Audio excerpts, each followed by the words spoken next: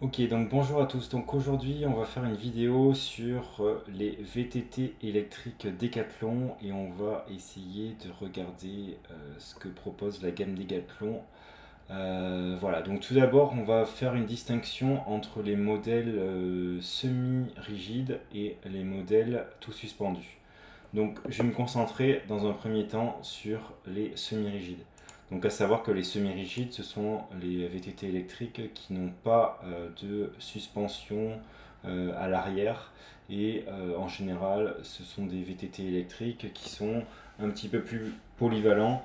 Vous pouvez également faire un petit peu de route avec, ça sera pas gênant.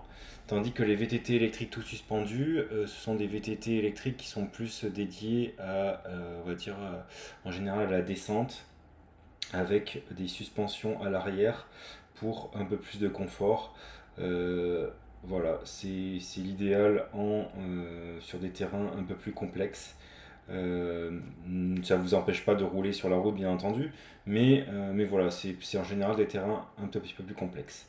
Voilà, donc vous retrouverez bien entendu le lien pour si vous souhaitez aller voir ces VTT électriques sous la vidéo qui vous redirige donc sur le site Decathlon.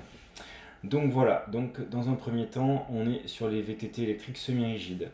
On va faire un tour d'horizon sur le site et après on fera un tour, je vous montrerai un tableau comparatif avec les critères principaux à regarder pour le choix de votre VTT électrique Decathlon. Donc dans un premier temps, regardons la gamme. Donc la gamme, on va trier par prix. Voilà, donc l'entrée de gamme, ce sont les IST 100. Donc on a ce modèle qui est bleu, ce modèle qui est blanc, ce modèle qui est blanc-rouge, qui est un nouveau modèle d'ailleurs de Decathlon.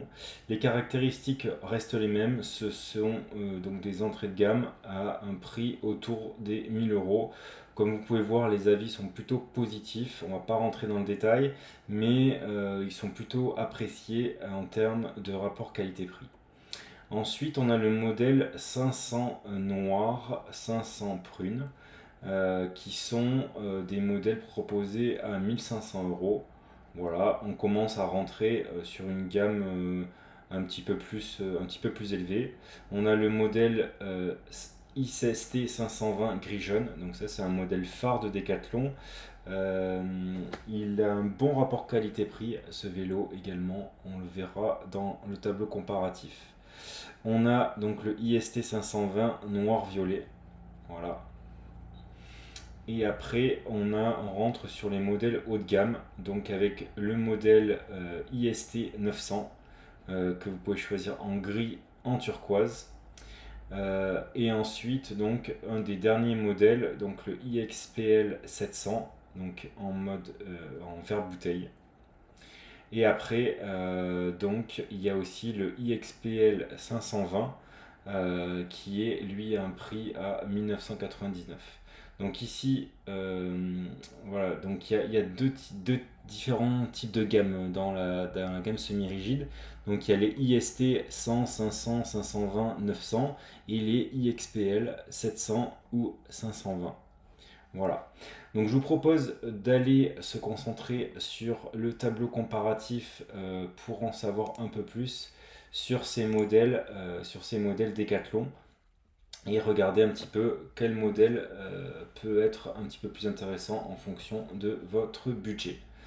Donc voilà, donc dans ce tableau pardon, on a les différents modèles qui sont listés en ligne et après donc on va voir les critères sur l'autonomie, le moteur, le poids et bien entendu le prix. Donc le IST 100, modèle d'entrée de gamme, environ 55 km d'autonomie, un couple moteur de 42 Nm, ce que je trouve personnellement un petit peu faible pour un VTT électrique, mais après si vous avez un budget limité, ou que vous êtes débutant, ça peut être un bon modèle. Ensuite, le IST 500, une batterie de 420 Wh, une autonomie de 70 km, un couple moteur de 50 Nm, un poids 22,8 kg. Voilà, il est proposé à 1499 euros. Déjà, on commence à avoir des performances intéressantes.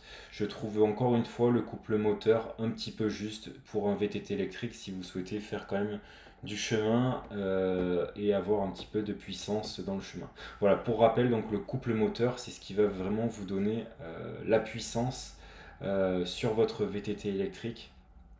C'est exprimé en newton-mètre et ça vous donne vraiment la puissance. Donc plus le couple moteur est élevé et forcément plus vous aurez de puissance. Ensuite on a le IST 520. Donc là on est sur un moteur central Prose comme le IST 500. Par contre on a un couple moteur un peu plus élevé et on est à un prix à 1700 euros. Personnellement, je trouve ce modèle plutôt intéressant, le IST 520, parce qu'il offre de bonnes performances. Pour 200 euros de plus, vous avez un couple moteur voilà, un peu plus puissant. Je trouve ce modèle plutôt bien.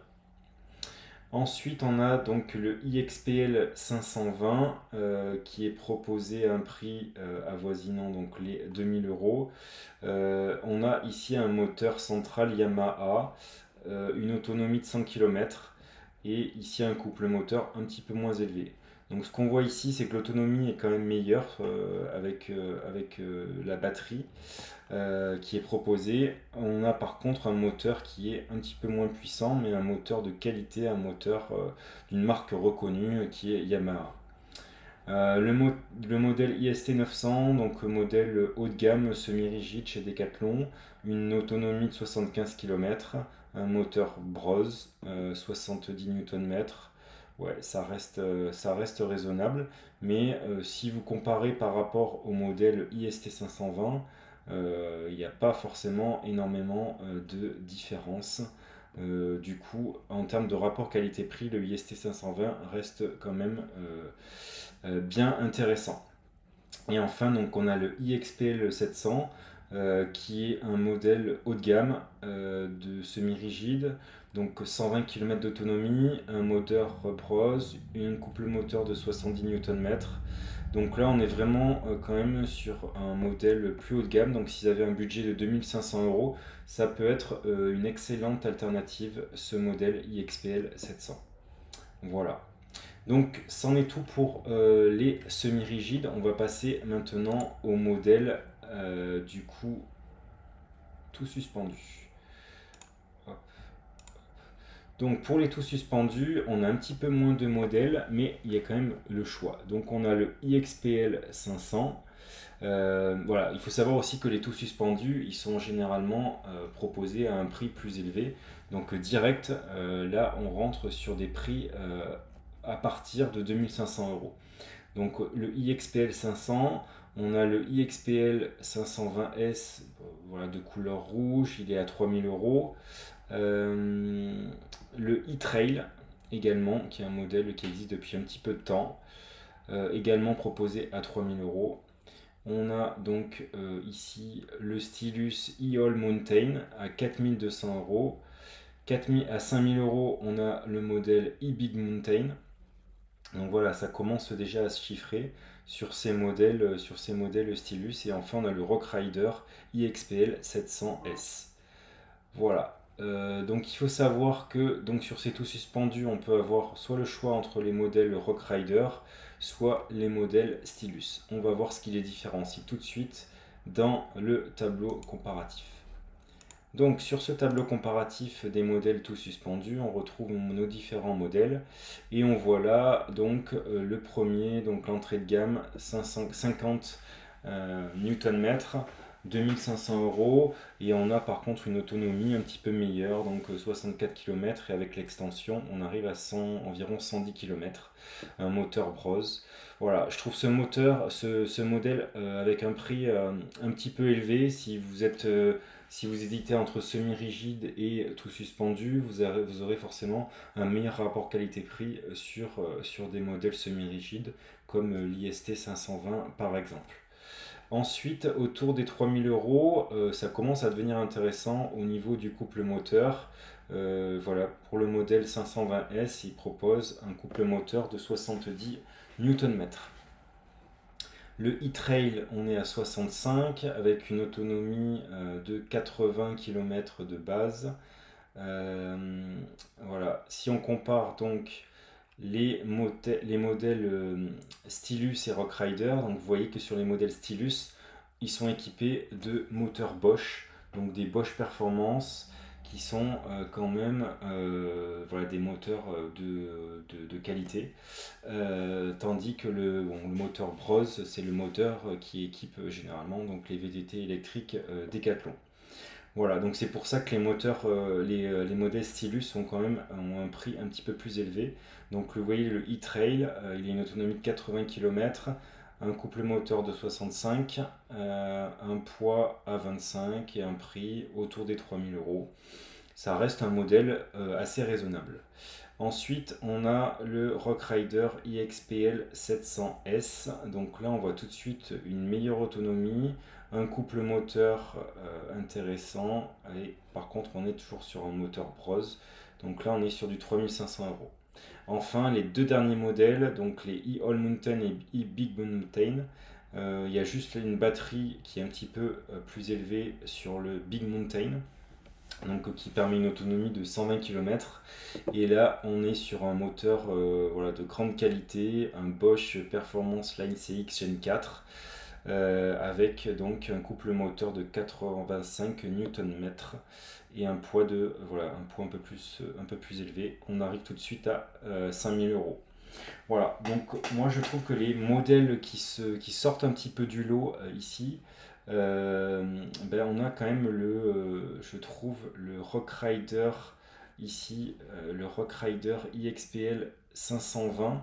Je trouve que si vous choisissez le Rockrider avec un moteur Bros, ça reste celui-ci peut-être le meilleur compromis et le meilleur rapport qualité-prix. Et en ce qui concerne la gamme Stylus, je trouve que c'est intéressant de partir sur ce modèle e-Stylus All Mountain.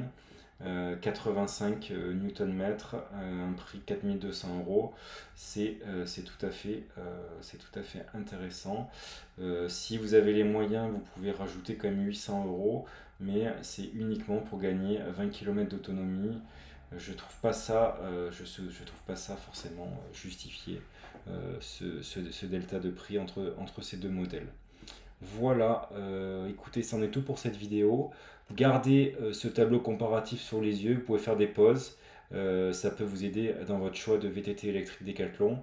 N'oubliez pas donc que vous avez le lien sous la vidéo si vous souhaitez retrouver donc ces différents modèles de VTT électrique Decathlon. Je vous dis à bientôt pour une prochaine vidéo.